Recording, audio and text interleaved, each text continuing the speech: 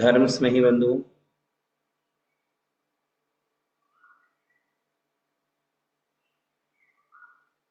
मंगल के विषय में हमारी चर्चा चल रही थी।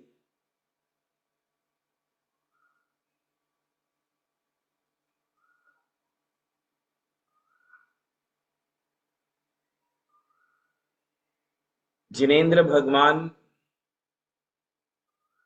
की आत्मा, जिनेंद्र भगवान का शरीर, जिनेंद्र भगवान की वाणी, जिनेंद्र भगवान की सन्निधि में आने वाली प्रत्येक वस्तु, यह सब का सब कैसे मंगल हो जाता है, इस विषय में हम लोग सुन रहे थे। सबसे मूल बात, 8 कर्मों की 148 कर्म प्रकृतियां हैं। 8 कर्मों के 148 भेद हैं। 148 8 कर्मों के भेद हैं। उनमें से एक कर्म ऐसा है जो आत्मा के लिए मांगल्यता की ओर ले जाता है, त्रिलोक पूज्य बना देता है, त्रैलोक्य मंगल बना देता है। हम सब पढ़ते हैं, दध्युज्वलाक्षत मनोहर पुष्प दीपै पात्रार्पितम प्रतिदिनम महता दरेण त्रैलोक्य मंगल सुखालय कामदा। त्रैलोक्य मंगल पढ़ते हो ना? त्रैलोक्य मंगल ऐसा उसमें लिखा हुआ है। त्रैलोक्य मंगल का अर्थ है तीनों लोक में जो मंगल है, अर्थात तीनों लोक के प्राणियों का पाप हनन करने वाले, तीनों लोक के जीवों को मंगल बनाने वाले, उन्हें हम त्रैलोक्य मंगल कहते हैं। यदि हम थोड़ा सूक्ष्मता से विचार करें तो मंगल की जो परिभाषा आपके लिए बताई थी, जो पापों का हनन करे और पुण्य को लेकर के आए, हमारी आत्मा में बैठे हुए पाप कर्मों का नाश करे और आत्मा में पुण्य का संचय करे, उसे मंगल कहते।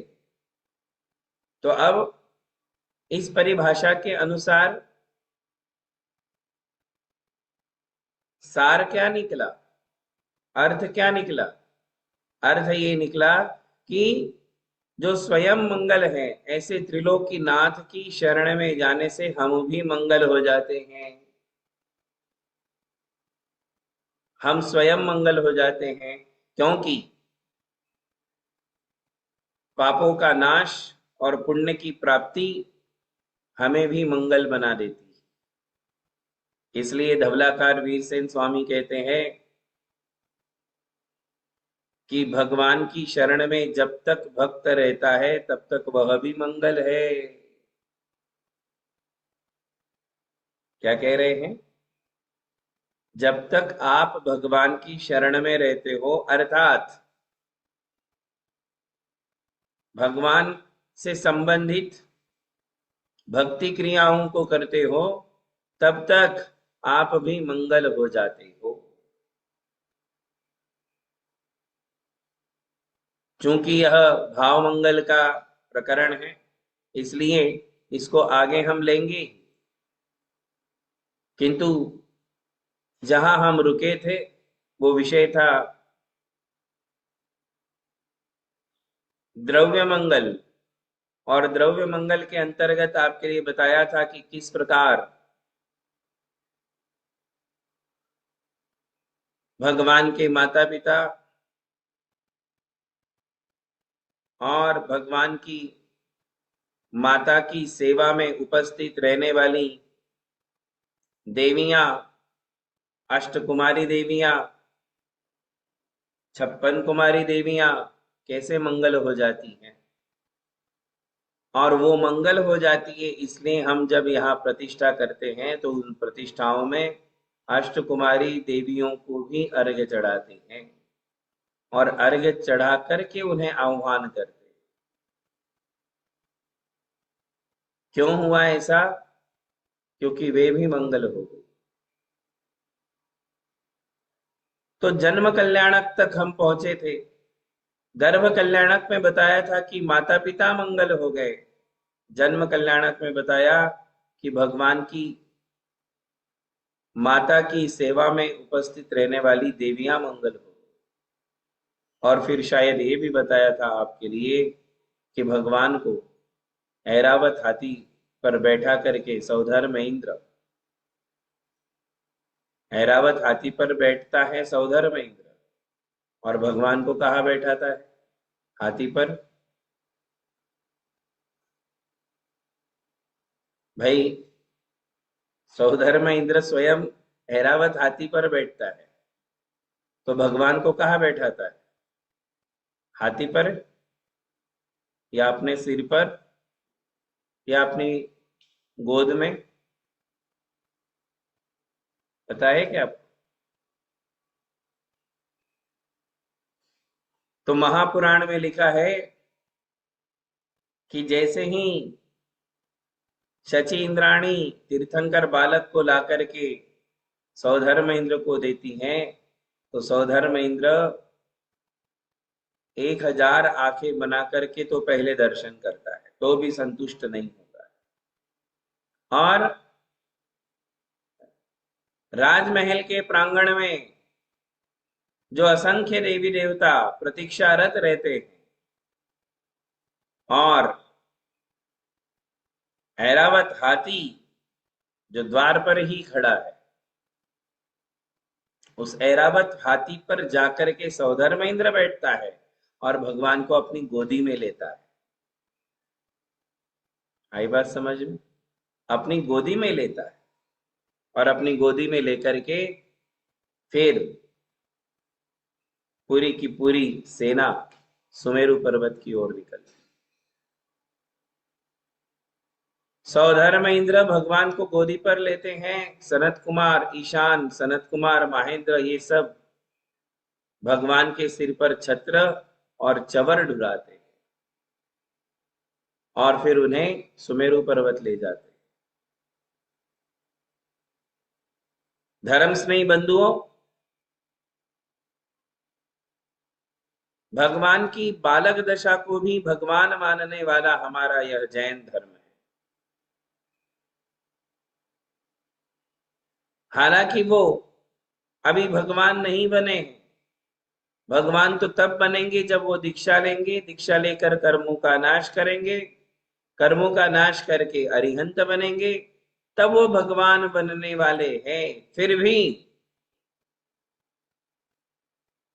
नए न्याय के अनुसार, स्यादवाद पद्धति के अनुसार, न्याय शास्त्रों के अनुसार भगवान की बाल्यावस्था को भी भगवान के समान ही पूज्य बताया गया है। इसीलिए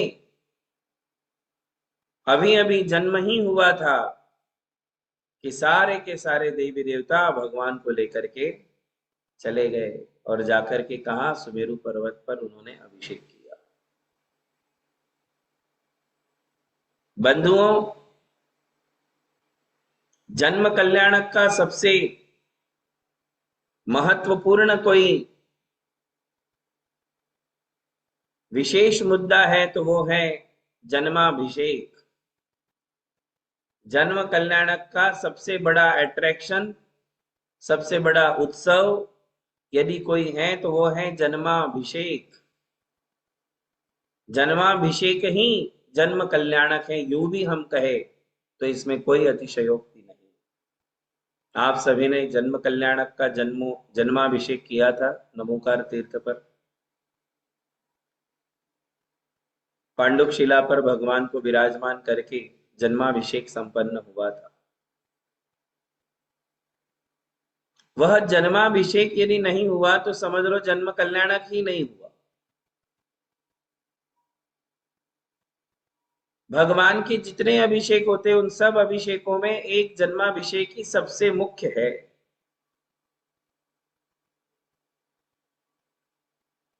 ऐसे तो भगवान के रोज ही अभिषेक होता है, रोज ही स्नान होता है, पता है आपको? क्या पहले दिन ही भगवान का जन्माभिषेक हुआ था? वो बहुत बड़ा उत्सव का रूप दिया गया था, इसलिए पहले दिन के अभिषेक को सबसे ज्यादा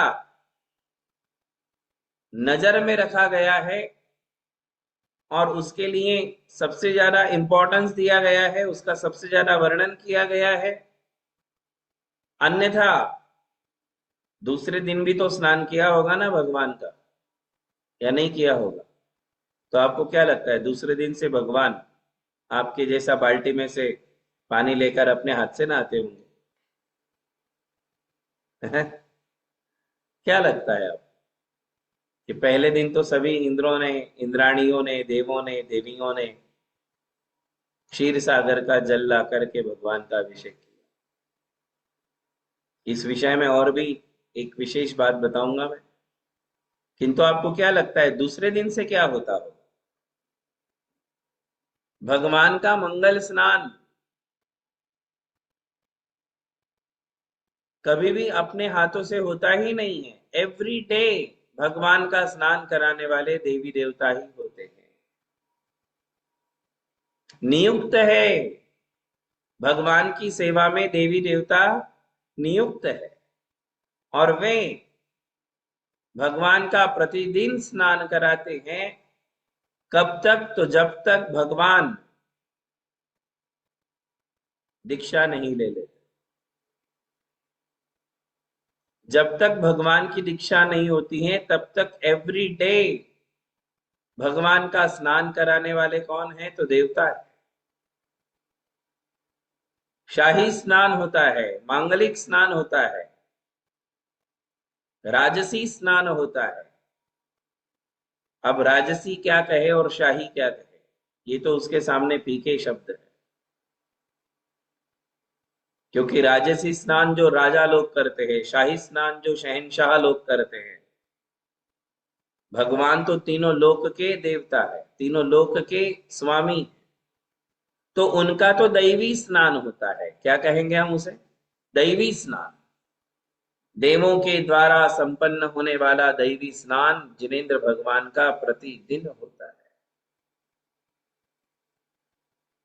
और वो अभिषेक भी देवतागण ही करते हैं और उसे भी वो मंगल ही मानते हैं। केवल पहले दिन जो भगवान का अभिषेक हुआ था वही मंगल था क्या? रोज का स्नान मंगल नहीं था, रोज का ही मंगल था। और ये सब क्रियाएं देवता कर रहे हैं, स्नान भी करा रहे हैं, उसके बाद भगवान का उबटन भी कर रहे हैं, भगवान का श्रृंगार भी कर रहे हैं, भगवान के वस्त्र और आभूषण भी पहना रहे हैं। और यह सब कुछ देवलोक से आने वाले पदार्थ है। आप क्या साबुन लगाते हो? आपके साबुन की क्या कीमत होती होगी? इंडिया में 100 रुपए में मिलता होगा, आपके यहाँ 500 रुपए में मिलता होगा, इतना ही तो अंतर होगा। आप क्या साबुन लगाओगे और आपके पास क्या कॉस्मेटिक्स होंगे? है सबके घर में। आपके बाथरूम के बाहर ही पूरे कॉस्मेटिक की दुकान लगी हुई है, दुनिया भर की चीजें रखी है, क्रीम है, पाउडर है, तेल है, आप भी खूब लगाते हो। किंतु जो भगवान का स्नान और भगवान का उपटन होता है वह सब कुछ कल्प वृक्षों से प्राप्त द्रव्यों से होता है। उपटन भी देवलोक से आता है और अभिषेक अर्थात स्नान की संपूर्ण तैयारियां देवलोक से होती है। प्रतिदिन का होता है। रोज के उबटन की सामग्री, रोज के स्नान की सामग्री, उसके पश्चात रोज के वस्त्र, रोज के आभूषण देवलोक से आ रहे हैं। और ये सब करके देवी देवता स्वयं को धन्य मान रहे हैं। वे ये समझ रहे हैं कि ये सब करके हमारा मंगल हो रहा है। समझ रहे मतलब, ये उनकी श्रद्धा है। और तीर्थंकर भगवान के प्रति यह सब कुछ करके वे अपने पापों का क्षय करते हैं। आप अपने हाथों से साबुन रगड़ो या किसी और से रगड़वा लो, कितने भी साबुन रगड़ लो, तुम्हारे पाप रगड़ने वाले नहीं हैं। चर्म धोने से कर्म धुलने वाले नहीं है।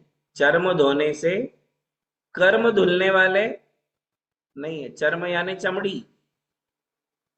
आप अपनी चमड़ी को, अपने चर्म को कितना भी धो लो, कर्म धुलने वाले नहीं है। आपका स्नान पाप बंध का कारण है। आपका स्नान आरंभ हिंसा का कारण है। आप जितने भी भोग और उपभोग के पदार्थों का संचय किए हो और उनका भोगोपभोग कर रहे हो, उससे आपके लिए कोई पुण्य कर्म का आश्रय बंद होने वाला नहीं है। किंतु यदि आप तीर्थंकर भगवान का पंचामृतों से अभिषेक करते हो, तो भगवान का स्नान आपका मंगल करेगा, वो आपके पापों का क्षय करेगा। अपने हाथों से स्वयं का किया गया स्नान पाप बंध का ही कारण है। दूसरों के द्वारा आपका किया गया स्नान भी पाप बंध का ही कारण है। किंतु आपके द्वारा भगवान का किया गया अभिषेक पापों का क्षय करने वाला है, पुण्य को उत्पन्न करने वाला है। ध्यान रखना, ये पुण्य कमाने से मत चूकना। इसे 12 महीने करते रहना, क्योंकि एकमेव तीर्थंकर भगवान की प्रतिमा, तीर्थंकर भगवान का चैत्यालय, तीर्थंकर भगवान का मंदिर, यही एकमेव ऐसा स्थान है जहां आप पुण्य को जन्म दे सकते हो, पापों का दाह दहन कर सकते हो। बाकी तो कोई भी चीज ऐसी मुझे नहीं दिखती है जहां आपको पुण्य कर्म का आश्रय बंद होता हो। सुबह से लेकर रात तक आपके पास ऐसा कोई भी साधन नहीं है जिस साधन के द्वारा आप अपने पापों का क्षय कर सको और पुण्य को जन्म दे सको, पुण्य को उत्पन्न कर सको, पुण्य का संचय कर सको। ऐसा कोई उपाय आपके पास नहीं। धर्म से नहीं बंधुओं, तो मैं आपके लिए बता रहा था कि तीर्थंकर भगवान का जन्माभिषेक से लेकर के दीक्षाभिषेक तक, कहां तक? दीक्षाभिषेक। जब तीर्थंकर भगवान दीक्षा लेने वाले होते हैं तो उनका एक अंतिम अभिषेक होता है, दीक्षाभिषेक। उसके बाद फिर भगवान के अभिषेक की परंपरा बंद हो जाती है, क्योंकि वे मुनि दीक्षा ले लेते हैं और मुनियों को स्नान वर्जित है। अब आप एक बात ये भी ध्यान में रख लो, जब तीर्थंकर भगवान जन्मे और जन्म से लेकर के वो जो मैं दीक्षाभिषेक तक का स्नान बता रहा हूं, उस स्नान में उनके लिए स्नान की आवश्यकता थी क्या? बताओ, भगवान को स्नान की आवश्यकता है क्या? क्यों नहीं है बताओ? स्नान क्यों किया जाता है? स्नान क्यों करते हैं हम? क्योंकि हमारे शरीर से मल और मूत्र का विसर्जन होता है, हमारे शरीर से पसीना बहता है, हमारे शरीर पर गंदगी होती है। तीर्थंकर भगवान को तो जन्म से ही आहारो अत्थि निहारो नृणत्थि, याद है ना आपको? बताया था, आहार होता है किंतु निहार नहीं होता है। बड़ी सुंदर बात बताई है, आप पढ़ते हो। दूराम नम्र सुरनाथ किरीट कोटि संलग्न रत्न किरण छवि धूसराग्रिम। आगे क्या है?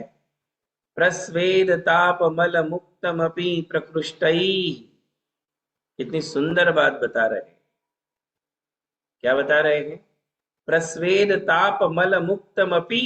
हे भगवान, प्रस्वेद आपके लिए पसीना नहीं आता, ताप आपका शरीर गर्म नहीं होता, मल मुक्त आपका शरीर मलों से मुक्त है। समझ रहे हो? आज हम अभिषेक के बारे में चर्चा कर रहे हैं कि अभिषेक मंगल है। तीर्थंकर भगवान का अभिषेक मंगल है। गंधोदक तो बाद में मंगल हुआ, पहले तो अभिषेक मंगल है। गंधोदक मंगल है या अभिषेक मंगल है? ये तो मैंने बता दिया, इसलिए पहले प्रश्न पूछना चाहिए था मुझे आप, कि अभिषेक मंगल है कि गंधोदक मंगल है। जनरली लोगों की थिंकिंग है कि गंधोदक मंगल है। क्या मंगल है? हम गंधोदक के लिए अभिषेक करते हैं और फिर अभिषेक का जो गंधोदक है वो हमारा मंगल करता है। बिल्कुल गलत सोच है। हम तीर्थंकर भगवान के अभिषेक की जो मन में प्लानिंग करते हैं वो प्लानिंग भी मंगल है। संकल्प करते हैं वो संकल्प भी मंगल है। वह भी हमारे पापों का क्षय करता है। समझ रहे हो? आपने एक रात पहले कपड़े धो करके सुखाए और सुखाने के समय ये संकल्प की कल मैं अभिषेक करूंगी, ये संकल्प भी पाप का नाश करता है। वो संकल्प भी मंगल है। संरंभ समारंभ आरंभ। तीर्थंकर भगवान के विषय में जो संरंभ किया है, संकल्प किया है, वो भी मंगल है। समारंभ यानी जो तैयारियां की है वो भी मंगल है। और आरंभ यानी जो आप पूजा मुख्य विधि करते हो वहां से लेकर विसर्जन तक सब मंगल ही मंगल है। गंधोदक लेने तक। आई बात समझ में? वो जो क्रिया कर रहे हो क्रिया भी मंगल है। धर्म स्नेही बंधुओं, तो मैं आपके लिए बता रहा था, प्रस्वेद ताप मल मुक्तमपि प्रकृष्टई। बोलते हो ना आप? कैसे है भगवान? भगवान को पसीना नहीं, भगवान का शरीर कभी गर्म होता नहीं। आप लोग स्नान क्यों करते हो? इन्हीं तीन कारणों से। एक तो आपको पसीना आता है, पसीना आता है तो दिन में 4 बार नहा लेते हो। 2 बार तो नहाने वाले बैठे ही है सामने। 2 बार स्नान तो आपका रोज ही होता है, सुबह शाम। क्यों नहाते हो आप? क्योंकि आपको पसीना आता है। ताप, आपका ये शरीर में गर्मी चढ़ जाती है। गर्मी के दिनों से भी गर्मी चढ़ती है। और काम क्रोध ईर्ष्या इनके कारण भी मन में जब अग्नि जलती है, काम क्रोध और ईर्ष्या की, तो शरीर गर्म हो जाता है। तो आपका शरीर ताप युक्त है, उसमें ताप है, संताप है, गर्मी है, हीट है। ताप यानी हीट, प्रस्वेद यानी स्वेटिंग, और ताप यानी हीटिंग, है ना? और तीसरी बात क्या है? स्नान के रीजन मल। मल यानी गंदगी। मल यानी क्या? गंदगी। ये तीनों के कारण सारा संसार स्नान करता है। परंतु तीर्थंकर भगवान के ये तीनों भी नहीं है। ना उनके स्वेटिंग है, ना उनकी हीटिंग है, ना उनके शरीर में कोई गंदगी है। नहीं होने के बाद भी तीर्थंकर भगवान का रोज स्नान होता है। और आप क्या स्नान करोगे, ऐसा स्नान होता है। आप 7 जन्मों में ऐसा स्नान नहीं करोगे, ऐसा स्नान होता है भगवान का।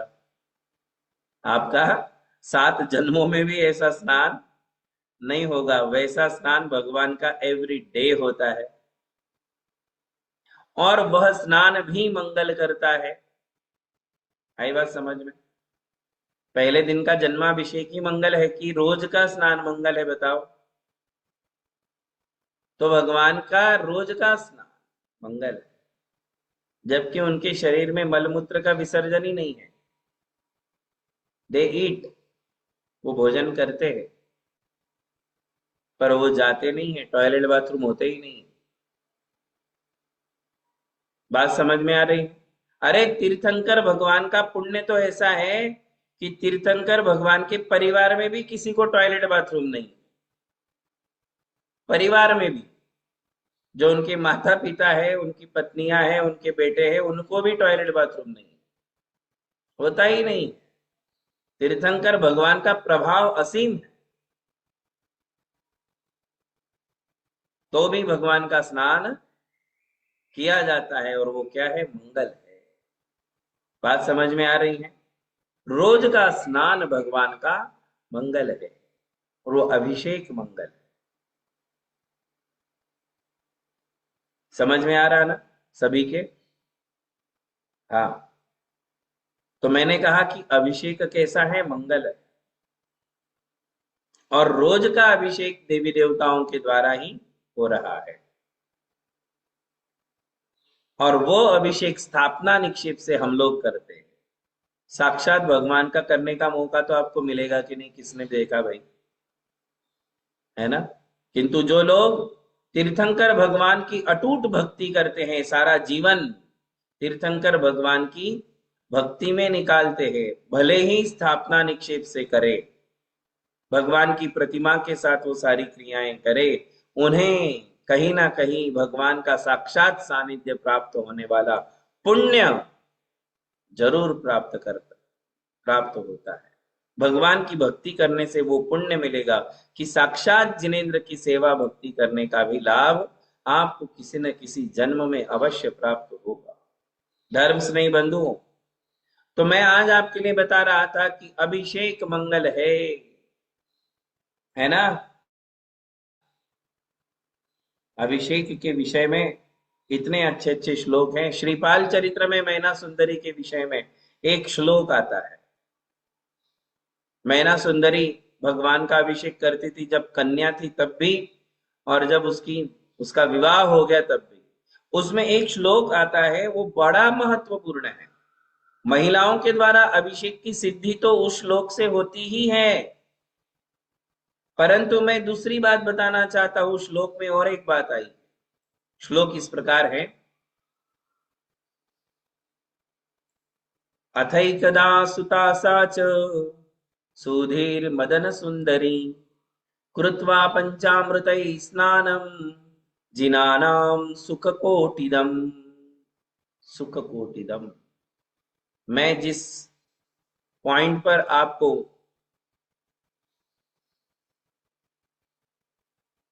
समझाना चाहता हूं वो पॉइंट है इस पूरे श्लोक में। श्लोक का अर्थ देखो, अथैकदा सुता साच, एक बार वह कुमारी कुमारी अवस्था में थी, एक बार वह कुमारी मदन सुंदरी सुधी, जो अत्यंत बुद्धिमान थी, बुद्धिमती थी, ऐसी वह मदन सुंदरी यानी कि मैना सुंदरी कृत्वा पंचामृत स्नानम जिनानाम सुखकोटिदम, जिनानाम पंचामृत ही सुखकोटिदम स्नानम कृत्वा, ऐसा उसका। क्या कहा इसमें? कि उसने करोड़ों सुखों को देने वाला भगवान का अभिषेक किया। सुख कोटिदम, ये शब्द पर मैं आपके लिए समझाना चाहता हूं। क्या कहा आचार्य ने? ये लिखने वाले आचार्य थे सकल कीर्ति आचार्य। उन्होंने श्रीपाल चरित्र लिखा है, और उसमें उन्होंने लिखा कि सुख कोटिदम स्नानम। कैसा है भगवान का अभिषेक?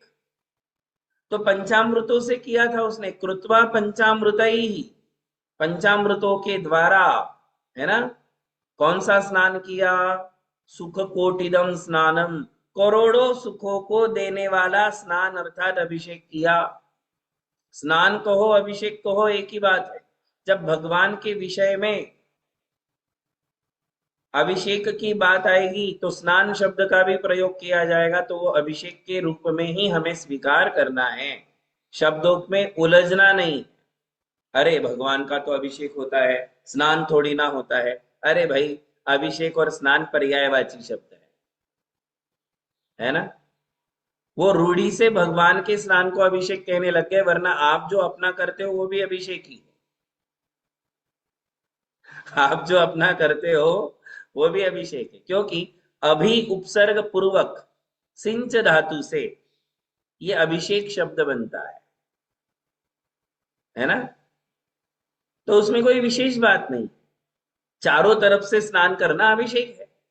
आगे से ही करते हो कि आप पीछे का भी करते हो ना, अपना साइड का भी करते हो ना, तो चारों तरफ से जो स्नान किया जाता है, आप तो ऊपर से शॉवर लगा देते हो तो पूरे ही भीग जाते हो, वही अभिषेक। इस शब्दों में नहीं उलझना।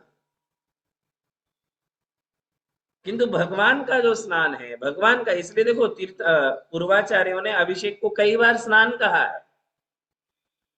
तो ये जो मिथ्या मान्यता है ये क्यों है? क्योंकि न्याय का ज्ञान नहीं, शब्द शास्त्र का ज्ञान नहीं है, इसलिए क्या मान्यता बन गई आपके दिमाग में भी ये बात होगी, अरे भाई स्नान मतलब जो हम करते हैं और अभिषेक मतलब जो भगवान का होता है। ऐसा है ना आपके दिमाग में भी, जबकि ऐसी कोई बात नहीं है, पर्यायवाची शब्द है, सिनोनिम। स्नान और अभिषेक एकार्थक। तो क्या कहा उसको? जिनानाम सुख कोटिदम। जिनेन्द्र भगवान का जो अभिषेक हो वो कैसा है? करोड़ों सुखों को देने वाला है, करोड़ों। आप इस करोड़ों शब्द पर ध्यान दो। सुख कोटिदम, कोटि यानी करोड़ों, सुख, करोड़ों सुखों को देने वाला भगवान का अभिषेक है। आप हल्के में ले सकते हो क्या इस क्रिया को? बताओ, हल्के में ले सकते हो क्या? कभी भी जिनेन्द्र भगवान के अभिषेक पूजन आदि को हल्के में लेना ही नहीं। ये लोकोत्तर क्रिया है, यही आध्यात्मिक क्रिया है। अध्यात्म और कुछ इससे अलग नहीं है। परमात्मा के समीप निवास करना, परमात्मा के समीप वास करना ही अध्यात्म है। और भगवान का अभिषेक अध्यात्म से अलग नहीं है। ध्यान देना, ध्यान मतलब ध्यान की पोजीशन में बैठ जाना, मेडिटेशन की मुद्रा में बैठ जाने से अध्यात्म होता है क्या? मन में तो दुनिया भर की चर्चाएं चल रही है, मन में तो दुनिया भर के विकार चल रहे हैं। पोजीशन में बैठ जाने से कोई अध्यात्म नहीं होता है। तीर्थंकर भगवान के समीप हमारा जितना समय व्यतीत होता है वो वास्तव में अध्यात्म है। और क्या कह रहे हैं उसको? सुख कोटिनम स्नानम, करोड़ों सुखों को देने वाला स्नान। भगवान का जब अभिषेक करो ना, तो वो फीलिंग्स लेकर के चलना चाहिए कि जिनका मैं अभिषेक कर रही हूं वो जिनेन्द्र भगवान की प्रतिमा है। और जिनेन्द्र भगवान कैसे हैं? स्थापना में, स्थापना में जो मूल भाव है उसको उसको टच करने का, स्पर्श करने का प्रयास करना चाहिए। जो मुख्य द्रव्य है जिसकी हमने स्थापना की है, वहां हमारा मन पहुंचे, वहां हमारे विचार पहुंचे, हमारे परिणाम उसका स्पर्श करे अपने ज्ञान के द्वारा। किसका? कि जिनकी ये प्रतिमा है मैं उनका स्नान कर रही हूं। प्रतिमा का स्नान नहीं, मैं उन्हीं का स्नान कर रही हूं, स्थापना निक्षेप। जैसे मैं प्रतिमा को भगवान मान करके चल रहा हूं, तो प्रतिमा के अभिषेक को साक्षात भगवान का अभिषेक ही मानना है। और साक्षात भगवान का अभिषेक जब आप करोगे स्थापना के माध्यम से, तो वो करोड़ों सुखों को देने वाला अभिषेक सिद्ध हो जाएगा और करोड़ों सुखों को देगा। ध्यान दे, करोड़ों सुखों को देगा। जब आचार्य लिख रहे हैं तो वो बात अन्यथा नहीं हो सकती। इसलिए हम यदि यूं कहें कि मानवीय जीवन में, गृहस्थ जीवन में आने वाली करोड़ों आपत्तियों को दूर करके करोड़ों सुखों को देने वाला जिनेन्द्र भगवान का अभिषेक है, तो इसमें किसी प्रकार की कोई अतिशयोक्ति नहीं है। इसलिए अभिषेक मंगल है। क्या है अभिषेक? मंगल है। इसीलिए मंगल का, कि वो हमारे करोड़ों सुखों को दे रहा है। ऐसे अनेक काव्य हैं जिन काव्यों में तीर्थंकर भगवान के अभिषेक की महिमा गाई गई। जो पाठ आप रोज पढ़ते हो पंचामृत अभिषेक का, उसमें भी ऐसी कई बातें। हमारी नजर जानी चाहिए बस। और जब ये अर्थ समझ में आ जाता है तो कितना आनंद होता है बताओ। अब भगवान का अभिषेक करोड़ों सुखों को देने वाला है, ऐसा आप संस्कृत में रोज बोल रहे हो, किंतु आपको भाव भासना नहीं हो रही, अर्थ पर आपकी नजर नहीं जा रही है। और नहीं जाने के कारण अभिषेक करते समय हमारे मन में अनेक प्रकार के दूसरे विचार चलते रहते हैं। कई बार हम बोरिंग महसूस करते हैं कि क्या रोज रोज अभिषेक, मजा नहीं आता है। कई बार बोरिंग लगती है, कई बार हमारा उपयोग नहीं लगता है, हम डिस्ट्रैक्टेड होकर के भगवान का अभिषेक करते हैं, हमारा ध्यान ही नहीं रहता है उसमें। कभी कभी जबरदस्ती वाला मामला लगता है, कभी कभी प्रेशर वाला मामला लगता है, फोर्सफुली कराया जा रहा है ऐसा लगता है। कभी कभी अपने लिए हुए नियम में भी हमारे लिए गुस्सा आ जाता है कि क्यों मैंने अभिषेक का नियम ले लिया, क्यों मैं कर रहा हूं। कभी कभी तो हमें शंका भी होने लग जाती है कि जो मैं कर रहा हूं उससे फायदा क्या है। देखिए, हमारे मन में उठने वाले परिणामों की बात कह रहा हूं मैं। सारे परिणाम तो मैं बता ही नहीं पाऊंगा। मैं तो बिल्कुल मोटा मोटी जितने परिणाम अपने दिमाग में दिल में चलते रहते वो बता रहा हूं। कि अभिषेक क्रिया के समय पहले या बाद में हमारे दिमाग में उलझने क्यों हैं? अभिषेक को लेकर के हम निशंक क्यों नहीं है? या अभिषेक की महिमा हमारे दिमाग में क्यों नहीं मंडराती? हम अभिषेक की महिमा को क्यों नहीं समझ पा रहे हैं? क्योंकि हमें शब्दों के अर्थ नहीं पता है। मूल बात जो है वो बता रहा। हम संस्कृत के काव्य पढ़ लेते हैं, किंतु उन काव्यों में छुपी हुई महत्वपूर्ण बातें हम तक पहुंच ही नहीं पाती। इसलिए एक काम करो, संस्कृत की क्लास शुरू करो। सिर्फ 12 साल लगते हैं व्याकरण सीखने में। कितने साल लगते हैं? 12 साल। किंतु पहले दूसरे साल में जो है आप अर्थ की अनुभूति करने लग जाओगे। इसलिए संस्कृत व्याकरण बहुत ही बढ़िया है, महत्वपूर्ण है, इंपॉर्टेंट है। क्यों? क्योंकि हमारे आचार्यों की वो भाषा थी, उनके सारे ग्रंथ संस्कृत में थे। यदि बाय चांस उस समय इंग्लिश होती तो हमारे आचार्य सारे के सारे ग्रंथ इंग्लिश में लिख डालते, और फिर हम आपके लिए कभी ना कहते कि भाई संस्कृत पढ़ो, प्राकृत पढ़ो। हमें क्या करना है? भाषा तो जरिया है, भाषा तो मीडियम है, भाषा तो माध्यम है। बात समझ रहे हो? संस्कृत कोई पवित्र भाषा हो ऐसा मैं नहीं कह रहा हूं। सभी भाषाओं में अपना सौष्ठव है, सभी भाषाओं की अपनी ब्यूटी है। संस्कृत एक लैंग्वेज है, प्राकृत एक लैंग्वेज है, इंग्लिश भी एक लैंग्वेज है, मराठी लैंग्वेज है, कन्नड़ लैंग्वेज है। ये सारी क्या है? लैंग्वेजेस। ये भाषाएं हैं। और भाषाएं सभी की सभी पवित्र है, क्योंकि दश अष्ट महाभाषा समेत लघु सात शतक भाषा सचेत। हुआ था ना देवशास्त्र गुरु की पूजा में कि भगवान ने कौन सी भाषा में उपदेश दिया? तो कन्नड़ वाले बोलते भगवान ने तो कन्नड़ में दिया था, मराठी वाले बोलते मराठी में दिया था, गुजराती वाले बोलते नहीं नहीं, भगवान तो गुजराती में आया था प्रवचन, उपदेश। अब फॉरेनर्स बोलेंगे भगवान तो इंग्लिश में बोले थे। अरे भाई, भगवान तो जो बोलते हैं वो पूरे के पूरे 718 भाषाओं में परिवर्तित हो जाता है। सारी भाषाएं अनादिकाल से है, कोई बनाई हुई भाषाएं नहीं है, सारी भाषाएं अनादिकाल से। और तीर्थंकर भगवान की दिव्य ध्वनि में वो सारी भाषाएं हैं, सर्व भाषामयी। भक्तामर में बोलते हो ना, भाषा स्वभाव परिणाम गुणै प्रयोज्य। कैसे है भगवान की भाषा, उपदेश दिव्य ध्वनि, भाषा स्वभाव परिणाम, उसका भगवान की दिव्य ध्वनि का ऐसा स्वभाव है कि जब वो बोलते हैं तो सभी भाषा वाले अपने अपनी भाषा में सुनते हैं। तो सर्व भाषामयी। किंतु हमारे पूर्वाचार्य सर्व भाषामयी नहीं थे, उनके समय की भाषा संस्कृत थी। हमारे पूर्वाचार्यों को 718 भाषाओं का ज्ञान नहीं था, पॉसिबल ही नहीं था। तीर्थंकर भगवान के अतिरिक्त सर्व भाषाओं के स्वामी या तो गणधर ही हो सकते हैं। कौन होते हैं?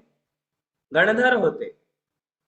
किंतु बाकी के अर्वाचीन प्राचीन आचार्यों को सभी भाषाओं पर प्रभुत्व नहीं था, तो जो भाषा प्रचलन में थी उस भाषा में उन्होंने ग्रंथ लिखे। अब हमारी जिनेन्द्र की वाणी, भगवान महावीर की वाणी संस्कृत में लिखी गई, तो संस्कृत हमारे लिए पूज्य हो गई, वो भी मंगल हो गई। क्यों मंगल हो गई?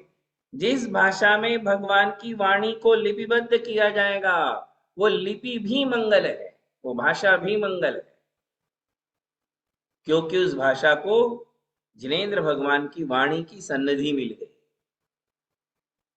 आई बात समझ में?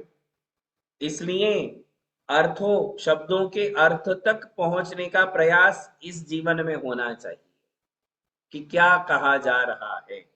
और ऐसे पद जब हमें ध्यान में आते हैं कि इसमें लिखा है कि भगवान का अभिषेक करोड़ों सुखों को देने वाला है, और मैना सुंदरी ने साक्षात भगवान का अभिषेक नहीं किया था, स्थापना भगवान का ही किया था। जिनानाम सुख कोटिदम, मैना सुंदरी ने जो अभिषेक किया वो जिन मंदिर में स्थित जिन प्रतिमा का ही अभिषेक किया, और उस अभिषेक को कह रहे हैं कि करोड़ों सुखों को देने वाला है। इस विश्वास के साथ जब आप अभिषेक करोगे कि मेरा किया हुआ कुछ भी व्यर्थ जाने वाला नहीं है, मेरा मंगल होना ही होना है। आई ना बात समझ में? तो वह अभिषेक क्रिया मंगल है। अब ये बात जो है द्रव्य मंगल का विषय नहीं है, भाव मंगल का विषय है। किसका विषय है? भाव मंगल का विषय। उस भाव मंगल में बताएंगे कि वो क्रियाएं मंगल है, उन क्रियाओं को करने वाला मंगल है। अभी तो ये बताएंगे द्रव्य मंगल में कि अभिषेक के बाद जो गंधोदक मिला वो गंधोदक मंगल है, या जिन द्रव्यों में अभिषेक का संकल्प किया गया कि ये दूध भगवान के अभिषेक के लिए हैं, तो वो दूध भी मंगल हो गया अभिषेक के पहले ही। क्यों? क्योंकि उसमें अभिषेक का संकल्प हो गया वो सारा द्रव्य। बात समझ में आई? तो द्रव्य मंगल में हम जन्म कल्याणक में से क्या क्या लेंगे? तो जन्म कल्याणक में से जिनेन्द्र भगवान के अभिषेक के गंधोदक को हम मंगल के रूप में लेंगे। और वो सिर्फ पहले दिन का है या रोज का? रोज का है ना? पहले दिन का है रोज का? रोज का स्नान भगवान का मंगल है, और वो बह करके जो जा रहा है वो सब मंगल है। बात समझ में आई सबके? तो द्रव्य मंगल के रूप में आज हमने ये सारी बातें देखी हैं। ये विषय पहले भी होते हैं, समझ लो पहले भी हमने बोले होंगे, आपने सुने होंगे, किंतु जितनी बार हम बोलेंगे उतनी बार कुछ नया विषय उसमें आएगा। मुझे ऐसा लग रहा है कि अब की बार मैं जो बोल रहा हूं उसमें कई सारे नए पॉइंट्स भी ऐड होते जा रहे हैं। इसलिए इन सब बातों को बड़े ध्यान से सुने, गौर से सुने, और इस मंगल के विषय में, जैसे कि आज अभिषेक के विषय में मैंने कहा, तो अभिषेक के विषय में अपनी धारणाओं को मजबूत बना ले। क्या कर ले? अभिषेक के विषय में अपनी धारणाओं को मजबूत बना ले कि यह अभिषेक मेरी आत्मा का कल्याण करने वाला है, मेरी आत्मा को पार लगाने वाला है, और मेरे गृहस्थ जीवन को निर्विघ्न बनाने वाला है, और करोड़ों सुखों को देने वाला है। ऐसी अपनी एक श्रद्धा हमें कायम रखनी है, तो आप सभी का कल्याण होगा। बोलिए महावीर भगवान की। जय जय बोलिए आचार्य श्री अमोघ कीर्ति जी महाराज की की जय। जय।